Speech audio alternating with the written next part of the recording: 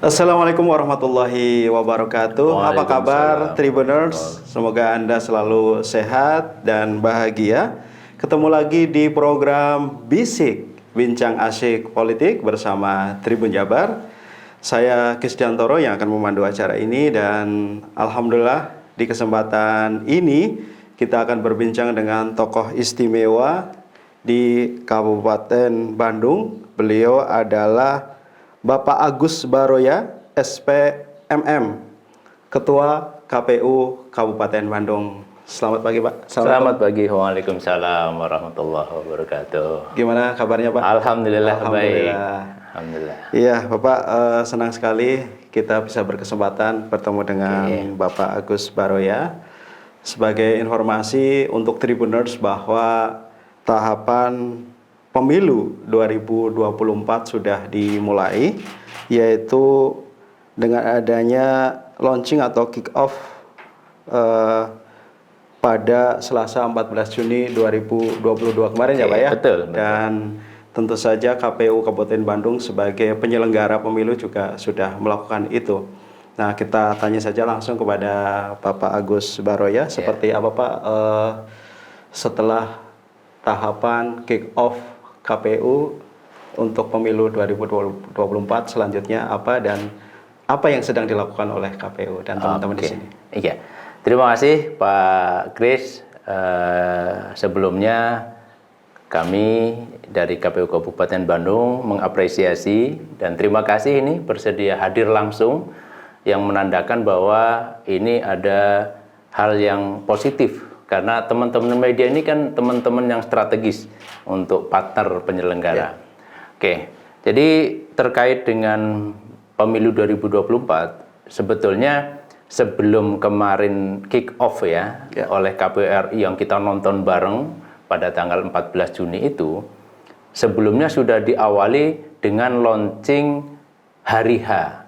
Launching hari-nya, yaitu dilakukan pada 14 Februari 2024. Jadi sebelum tahapan sudah launching hari sudah H launching untuk kepastian itu ya Pak? Iya, karena ini saya kira juga mungkin jawaban KPU RI di tengah wacana-wacana tentang penundaan, tentang 3 periode, barangkali KPU membaca perlu ada kejelasan kepada masyarakat. Dan pada saat itu KPU juga meluncing hari H atau pemungutan suara pemilu 2024 pada tanggal 14 Februari 2024 dan setelah itu kita berharap meyakinkan kepada masyarakat tidak perlu lagi ada wacana bahwa pasti pemilu serentak 2024 akan dilaksanakan. Nah, setelah itu kita sudah punya modal. Modal artinya sudah ada kepastian karena KPU sudah meluncing hari H, saat itu kemudian kita roadshow. Kita anjang sana, kita silaturahim ke partai-partai politik, di samping memang untuk berkomunikasi karena kita sudah lama tidak ketemu, juga sambil meyakinkan dari A1 kata Bapak tadi, meyakinkan bahwa pemilu akan berjalan, tidak ada lagi penundaan.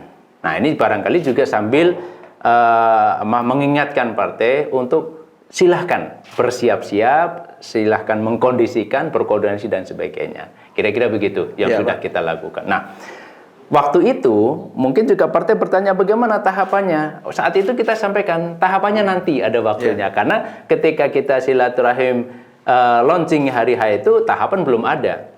Kita sampaikan nanti pasti sebelum pasti KPU nanti pada waktunya akan juga melaunching dimulainya tahapan. Nah, alhamdulillah seperti yang kita sudah ketahui bersama, KPU RI mengundang seluruh stakeholder di tingkat nasional, kemudian juga menginstruksikan KPU tingkat provinsi mengundang stakeholder di tingkat provinsi, dan begitu juga KPU Kabupaten Bandung mengundang stakeholder pemilu di tingkat kabupaten. Kita nonton bareng dan saat itu kita menyaksikan bahwa KPU telah membunyikan peluit dimulainya tahapan pemilu 2024. Itu. Iya, baik. Jadi pertanyaan warga masyarakat di Kabupaten Bandung itu sudah terjawab ya Pak? Sudah terjawab sih, nggak ragu-ragu lagi. Kemarin ramai sekali wacana ada penundaan dan sebagainya, sudah terjawab bahwa di Februari 2024 pemilihan sudah pasti akan dilaksanakan. Ya. Nah ini Bapak, kami juga ingin tahu bahwa Bapak sebagai Ketua KPU di Kabupaten Bandung ini bukan baru hari ini ya, dan saya tahu bahwa Bapak sebelumnya juga sudah terlibat di pemilu di tahun 2019. Iya. Ya. Kebetulan saya 2 periode. 2 periode ya Pak ya. Nah Bapak pasti sudah tahu atau menginventarisir kendala, kesulitan-kesulitan di Kabupaten Bandung, dan untuk yang tahun ini apa yang sedang dilakukan untuk perbaikan? Iya, benar, ini hal yang memang sering ditanyakan dan memang menjadi fokus diskusi kita dan juga menjadi bahan ketika kita beraudiensi dengan para pihak bahwa sejauh mana KPU mencoba bisa memetakan tahap demi tahap poin-poin krusialnya dan apa antisipasinya. Dan tentu saja seperti yang sudah kita ketahui, hampir pada semua tahapan pasti mempunyai celah, ada entah itu berupa kemungkinan salah, kemungkinan ada kesulitan dan sebagainya. Itu hampir semua tahapan itu ada. Dan tentu seperti biasa, misalnya kita dimulai dari tahapan verifikasi. Nanti sebenarnya bukan persoalan ya, karena kita sudah tahu. Tapi kita tahu bahwa nanti kita akan terjun ke lapangan, kita akan verifikasi faktual, kita akan memenuhi satu persatu penduduk sesuai dengan data yang ada. Itu dinamikanya lumayan ngesang bahasanya. Jadi kita akan mencari sampai bertemu, memverifikasi orang per orang apakah dia betul anggota partai tersebut dan sebagainya dan seterusnya. Belum lagi setelah itu adalah fase tahapan pemutahiran data. Ini juga sesuatu yang seksi barangkali, menarik ya. Karena selama ini data itu sering menjadi objek sengketa, perdebatan, objek sengketa.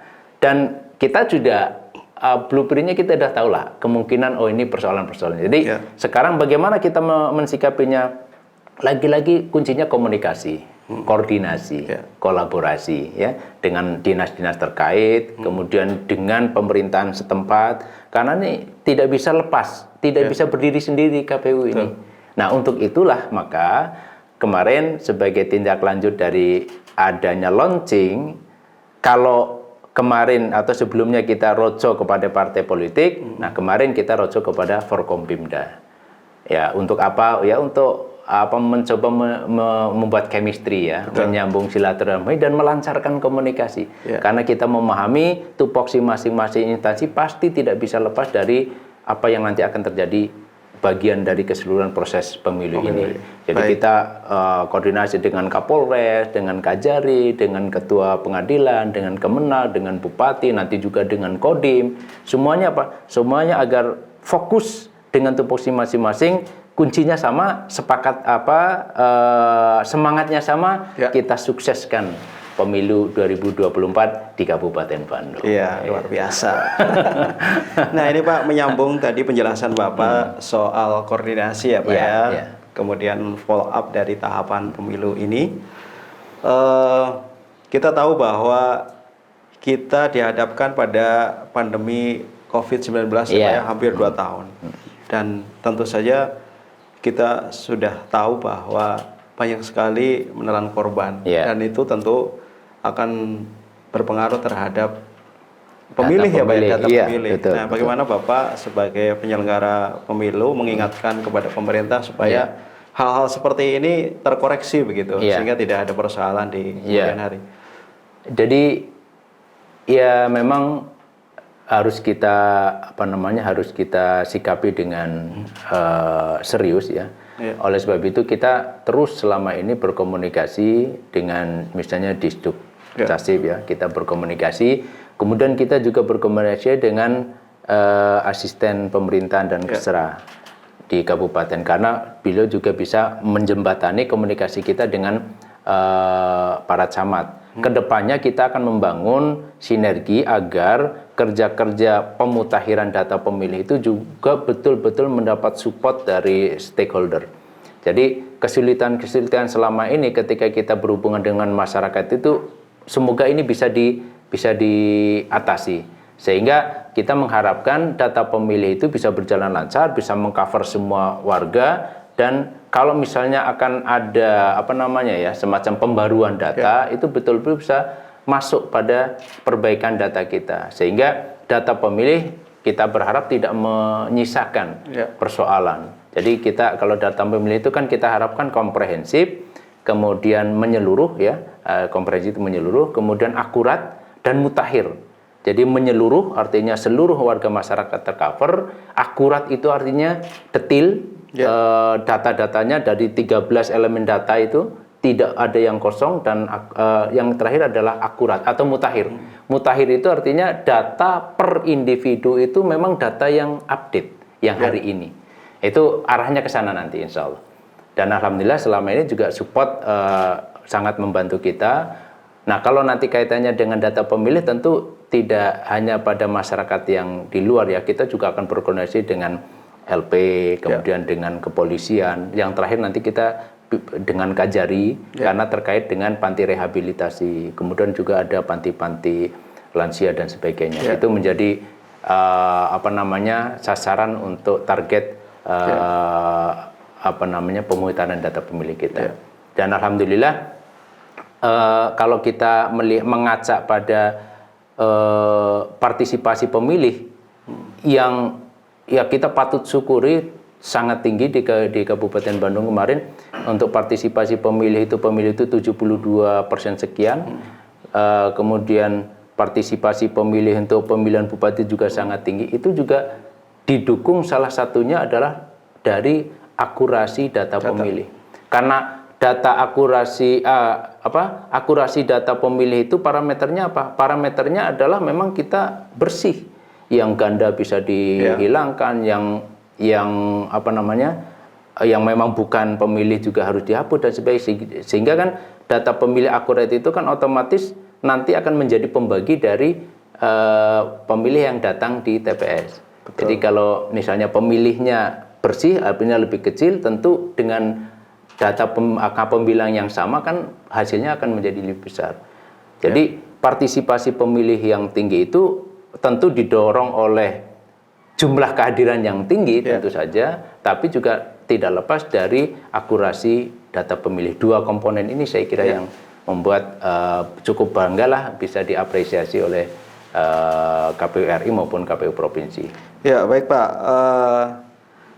Menarik sekali ini perbincangan kita. Termasuk tadi yang disampaikan oleh Bapak soal silaturahim ya Pak ya, dengan Forkominda, kemudian juga sudah ke kepolisian, ke partai-partai juga. Nah, ini apakah karena Bapak punya pengalaman di pemilu sebelumnya begitu, bahwa dengan cara seperti ini pemilu menjadi lebih baik begitu, tidak ada persoalan, atau Bapak mengantisipasi karena ada pengalaman di sebelumnya? Iya. Karena sebetulnya secara umum ini juga tidak lepas dari arahan KPU RI, bahwa diingatkan dari KPU RI kepada kita semua bahwa kita adalah penyelenggara, tapi juga kita tidak bisa lepas dari stakeholder di kabupaten masing-masing. Maka penerjemahan dari instruksi itu adalah kita berkomunikasi, karena kita meyakini bahwa apa yang kita lakukan kalau tanpa mereka akan sia-sia.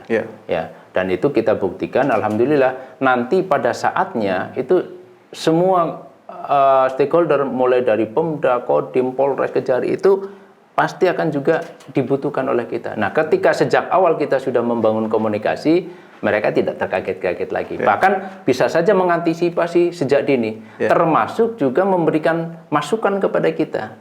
Dari perspektif yang berbeda, kadang-kadang kan kita lupa ya, ketika kita asik dengan kesibukan itu, lupa mungkin ada hal-hal yang akan kelewat. Nah itu karena komunikasi kita dengan mereka baik, mereka bisa saling memberi masukan kepada kita. Nah, itu sangat positif bagi kita. Dan pengalaman itulah yang kemudian kita lanjutkan. Sehingga alhamdulillah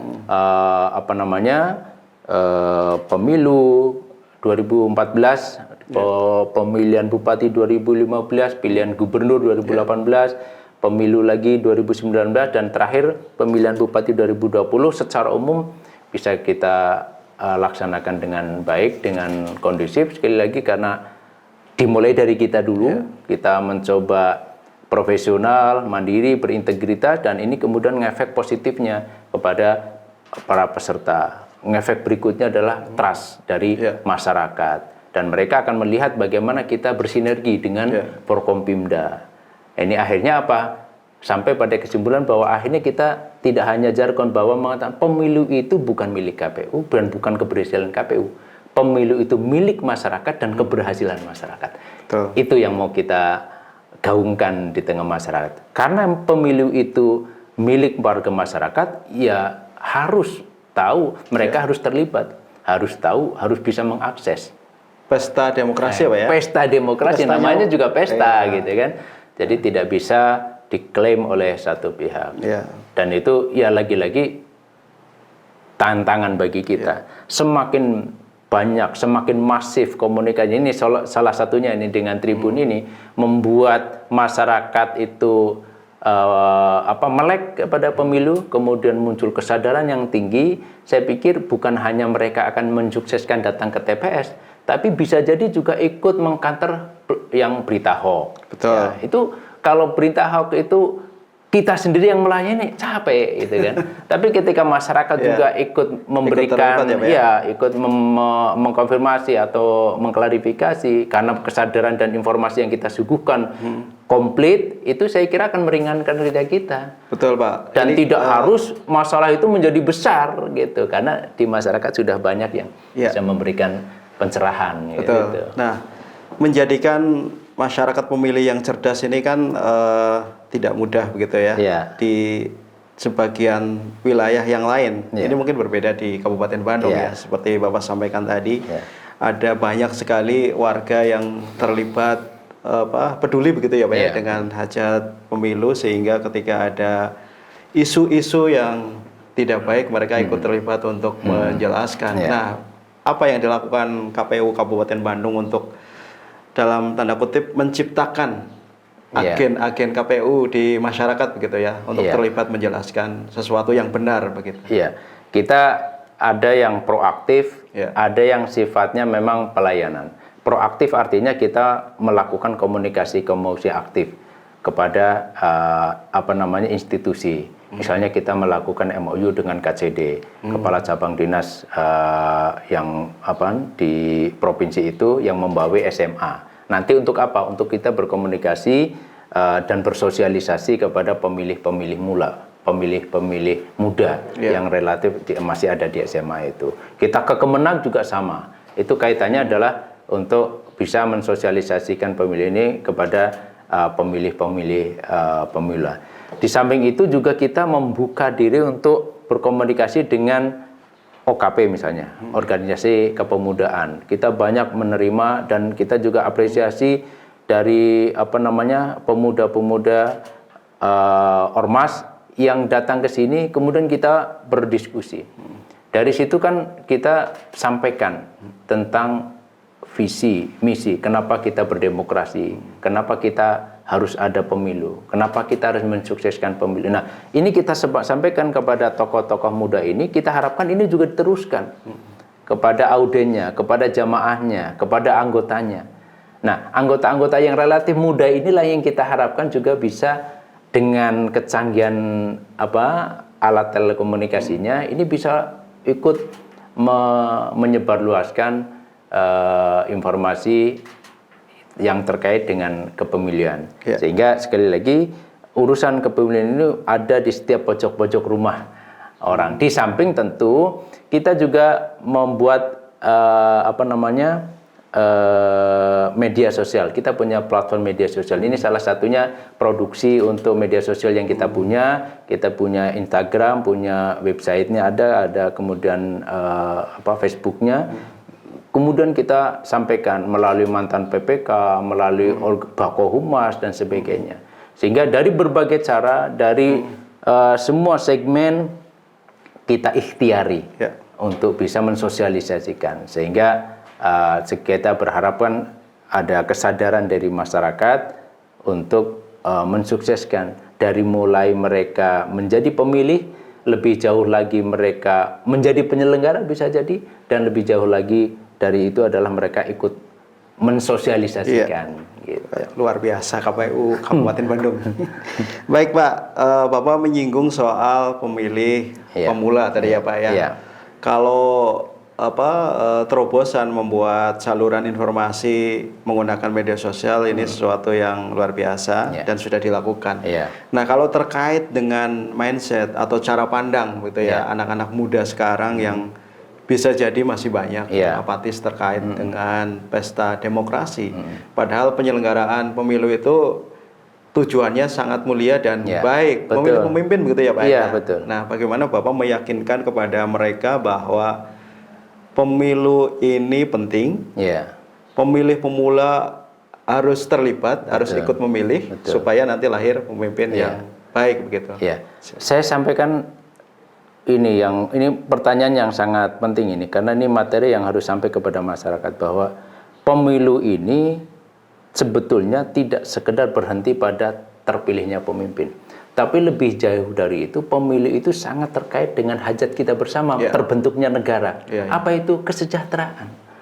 Kan nggak mungkin ada kesejahteraan kalau tidak ada pengelolaan sumber daya. Tidak mungkin ada pengelolaan sumber daya kalau tidak ada pemimpin. Tidak mungkin ada pemimpin kalau tidak ada pemilu.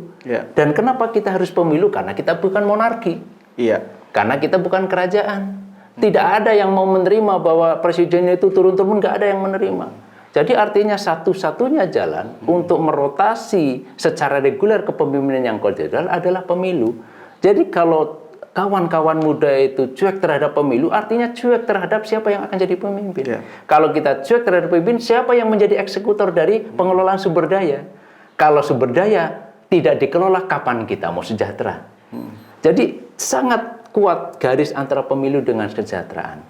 Jadi apa yang sekarang kita rasakan, lepas dari persoalan debatable ya. Paling intinya kita bisa sampai bernegara sampai seperti hari ini itu tidak lepas pasti dari proses-proses panjang. Salah satunya adalah pemilu. Pemilu adalah sebuah keniscayaan karena pemilu adalah satu-satunya saluran yang sah untuk proses kontestasi memilih pemimpin. Dan pemimpin yang memiliki kepercayaan publik, inilah yang akan kita amanin untuk bisa mengelola sumber daya.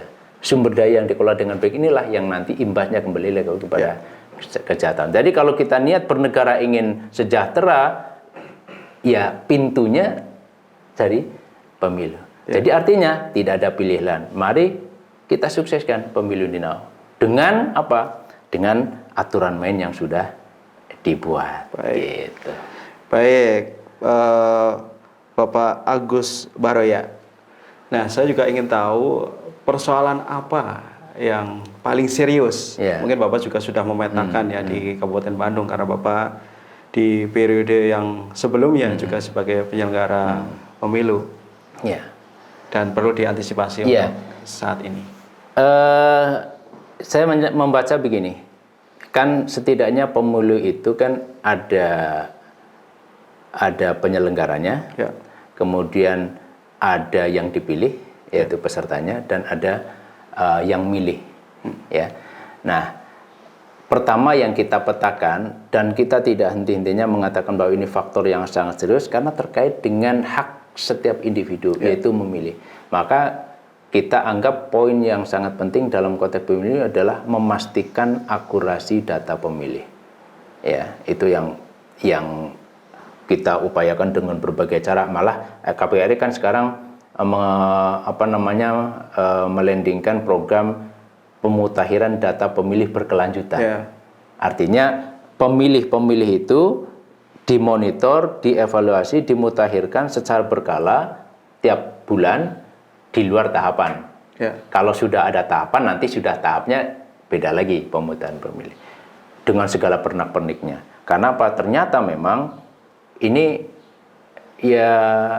dari pemilu ke pemilu masih saja menyisakan perlawanan. Tapi saya cukup optimis lah. Di Kabupaten Bandung pemilu terakhir itu tidak ada hal yang sangat krusial terkait dengan data pemilih. Karena apa? Ya intensif sekali kita rapat koordinasi dengan Bawaslu, dengan stakeholder, dengan partai politik atau dengan masalah itu intensif sekali. Sehingga ketika kita harus mencoret mau itu basisnya alasannya sangat kuat. Sebab kalau ini tidak dicoret nanti juga akan mempengaruhi partisipasi pemilih. Itu jadi intinya adalah dunia perdata pemilihan ini, data pemilih. Kemudian yang kedua biasanya terkait dengan yang perlu sangat mendapat itu adalah terkait dengan logistik. Karena logistik itu selagi-lagi juga kita tidak bisa berdiri sendiri. Di situ ada peran serta partai politik, terutama dalam proses pemilu ini kan terkait dengan data daftar calon tetap. Bagaimana kita mau memproduksi kalau calon tetap aja belum disahkan, belum di approval. Kadang-kadang partai politik juga tidak segera bisa mengapproval, itu mempengaruhi. Sementara argo berjalan terus gitu ya. Dari mulai proses approval daftar calon pemilih, daftar calon tetap ya DCT, kemudian produksi, kemudian pengiriman ke KPU, proses di KPU dan distribusi. Kalau kita bicara misalnya surat suara.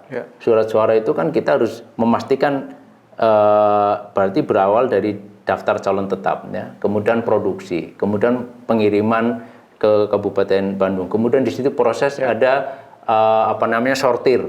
Ya. Setelah sortir ada distribusi. Ini kan rentang waktunya sudah terprediksi. Jadi kalau ada 1-2 hari saja yang meleset, ini akan buntutnya akan panjang. Berdampak. Nah, terus ini juga tadi saya katakan dengan partisipasi dan kontribusi dari Polres. Itu juga sangat mempengaruhi dalam proses pengawalan, kemudian pemantauan, pengawasan, di samping juga Bawaslu ya. Kemudian Pemda juga terkait dengan fasilitasi kayak misalnya di kecamatan-kecamatan. Jadi complicated memang. Banyak hal yang harus kita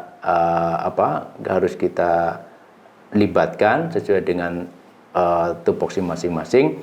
Dan alhamdulillah selama ini walaupun Kabupaten Bandung sampai hari ini nih jumlah pemilih terbesar kedua se-Indonesia setelah Bogor dengan luas wilayah yang sangat luas, dengan tipe masyarakat ada yang urban, ada yang rural ya, ada yang kota banget, tapi juga ada yang Kertasari, Morelia, Bali yang itu yang beda secara demografi, topografi.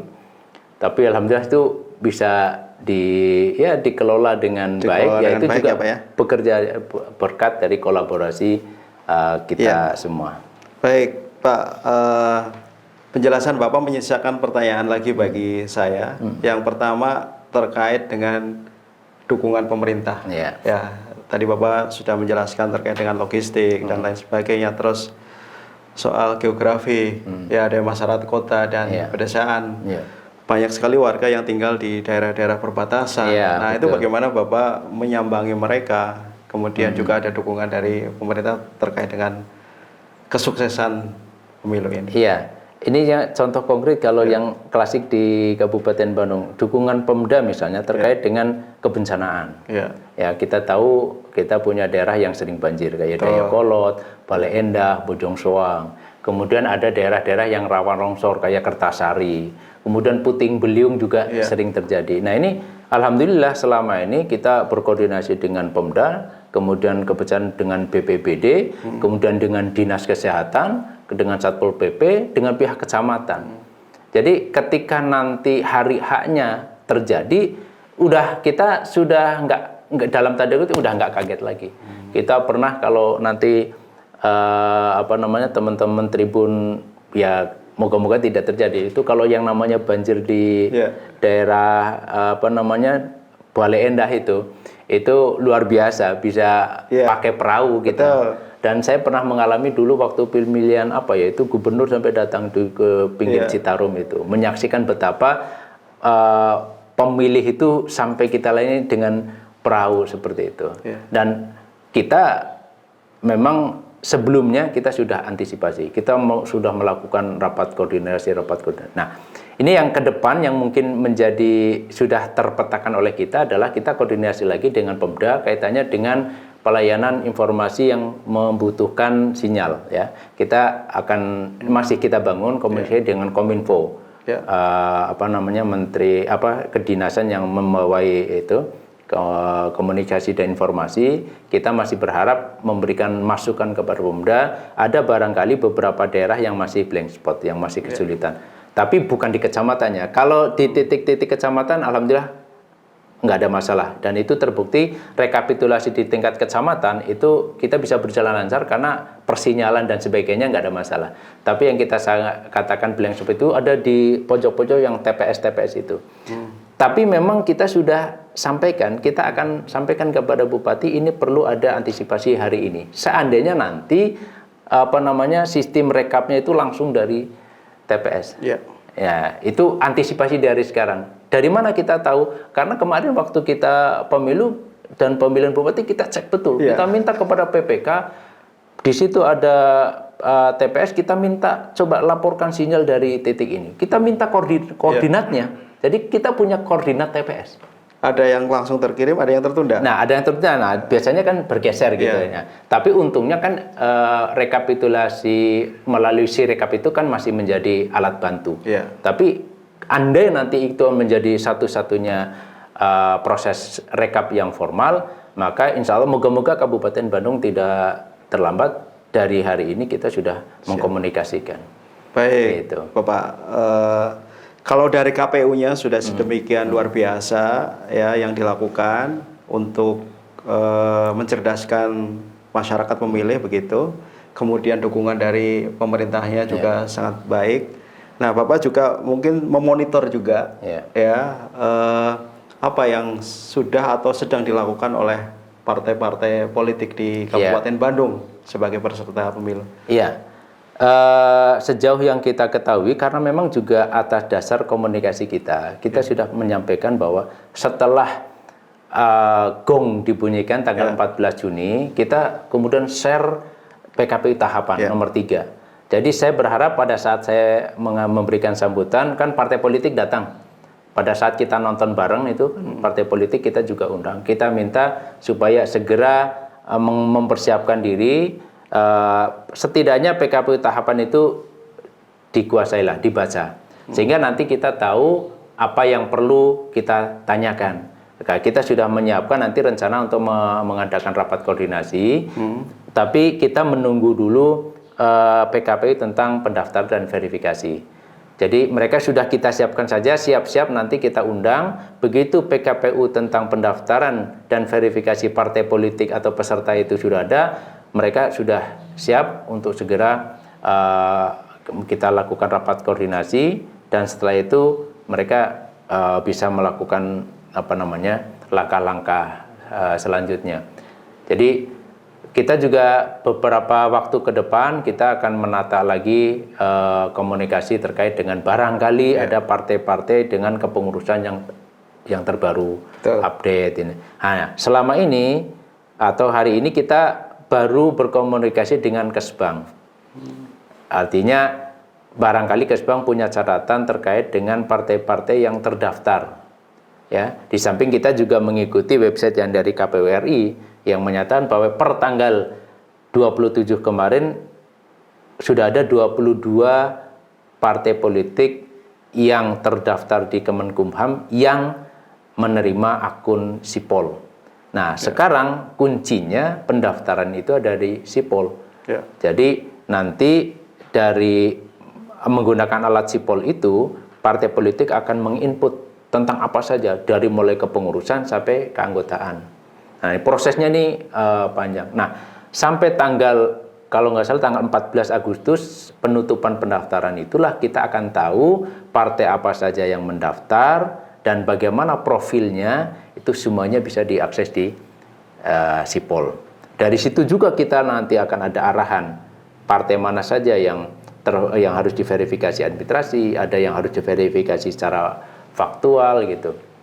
Dan untuk itu ya kita akan mengkondisikan partai-partai di tingkat kabupaten supaya mereka juga bergerak seiring sejalan dengan kita. Kita tidak berharap nanti ada yang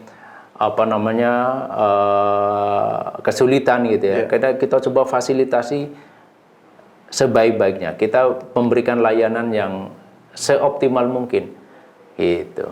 Baik, Bapak, ini sudah hampir di penghujung acara. Ini pertanyaan terakhir ya Pak ya? Ya, ya. Banyak sekali masyarakat bertanya begitu, bagaimana kehidupan Bapak sebagai Ketua KPU begitu ya?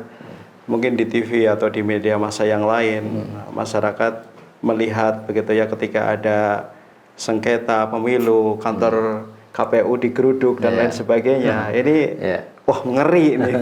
Nah, bagaimana Bapak memanage ini, kemudian mengkomunikasikan juga dengan keluarga bahwa sebagai penyelenggara pemilu ya ada risiko yang harus ditanggung begitu. Bagaimana Pak? Iya. Ya memang satu hal yang penting barangkali kayak ya komisioner itu memang harus tahu dulu dia ada di posisi mana ya. Kalau istilah ketua kita yang baru memang kita ini disebut manajer konflik. Jadi kita harus sadar posisi juga bahwa ketika kita mendaftar menjadi anggota KPU, kita akan pada posisi di tengah kontestasi, di tengah konflik, di tengah kompetisi untuk memperebutkan atau kekuasaan atau kursi. Sehingga wajar sekali bahwa yang namanya kontestasi kan tidak mungkin semua menang. Betul. Dan ibaratnya kita tidak mungkin akan memuaskan semua pihak. Atau ya memenangkan kan? Memenangkan semua kan nggak mungkin. Jadi saya sering mengatakan, jangankan salah, benar pun kita bisa disengketakan. Nah ini sekaligus juga saya ingin memberikan semacam note yang bagus bahwa sengketa itu sebetulnya bukan aib bagi kita. Sengketa itu adalah saluran konstitusional yang menjadi hak warga atau peserta pemilu untuk mencari kepastian. Jadi artinya ketika KPU disengketakan itu tidak serta-merta salah kan? Dan bukan suatu yang aib karena memang hak bagi peserta untuk melaporkan gitu. Nah, jadi sekali lagi ini menjadi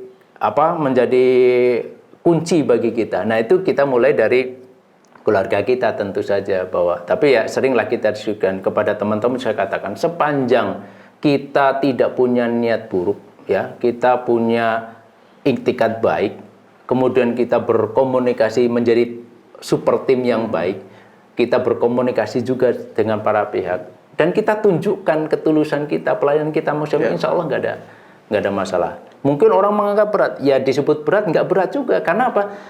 Apa yang harus kita lakukan, kapan waktunya, dengan siapa, bagaimana cara, sudah ada kok. Sudah ada PKPU-nya kok. Gitu ya. Jadi beratnya di mana? Ya. Berat itu ketika kita mencoba aneh-aneh. Ya, seperti ya saya review lagi. Prinsip atau nyawa KPU itu kan ada 3. Kita kuncinya adalah pada kemandirian, profesionalisme, dan integritas. Ketika kita pegang 3 hal ini, insya Allah segalanya jadi ringan. Kenapa? Karena partai politik trust, punya kepercayaan bahwa KPU tegak lurus ke aturan. Sehingga mereka juga tidak punya pikiran yang aneh-aneh. Masyarakat juga trust bahwa KPU bekerja pada rule of game yang sudah ditentukan. Ya karena kepercayaan itulah membuat akhirnya kita menjadi ringan. Jadi sekali lagi berat itu kembali kepada diri kita. Kalau kita tidak on the road ya, artinya tidak pada relnya, pastilah. Seperti saya katakan, jangankan salah, benar saja kita bisa disengketkan. Kenapa? Karena tidak mungkin semua puas dengan kerja kita. Pada yang kalah pasti ada kecewanya. Nah, kalau namanya orang kecewa kan juga bisa berpikir macam-macam. Dan tapi bagi kita itu sebuah keniscayaan, bukan sesuatu yang aib. Tinggal bagaimana kita sejak awal kita mempersepsi dan mempersiapkan diri. Saya sering bilang kepada tim saya di KPU Kabupaten Bandung, walaupun kita kerjanya hari ini, tapi kita harus punya perspektif pengawasan dan pemeriksaan, termasuk sengketa. Jadi apa yang kita lakukan hari ini harus kita sorot pada nantinya akan seperti apa. Bahwa nanti akan ada pengawasan, nanti ada pemeriksaan, nanti ada sengketa. Sehingga seolah-olah apa yang kita lakukan itu harus serapih mungkin.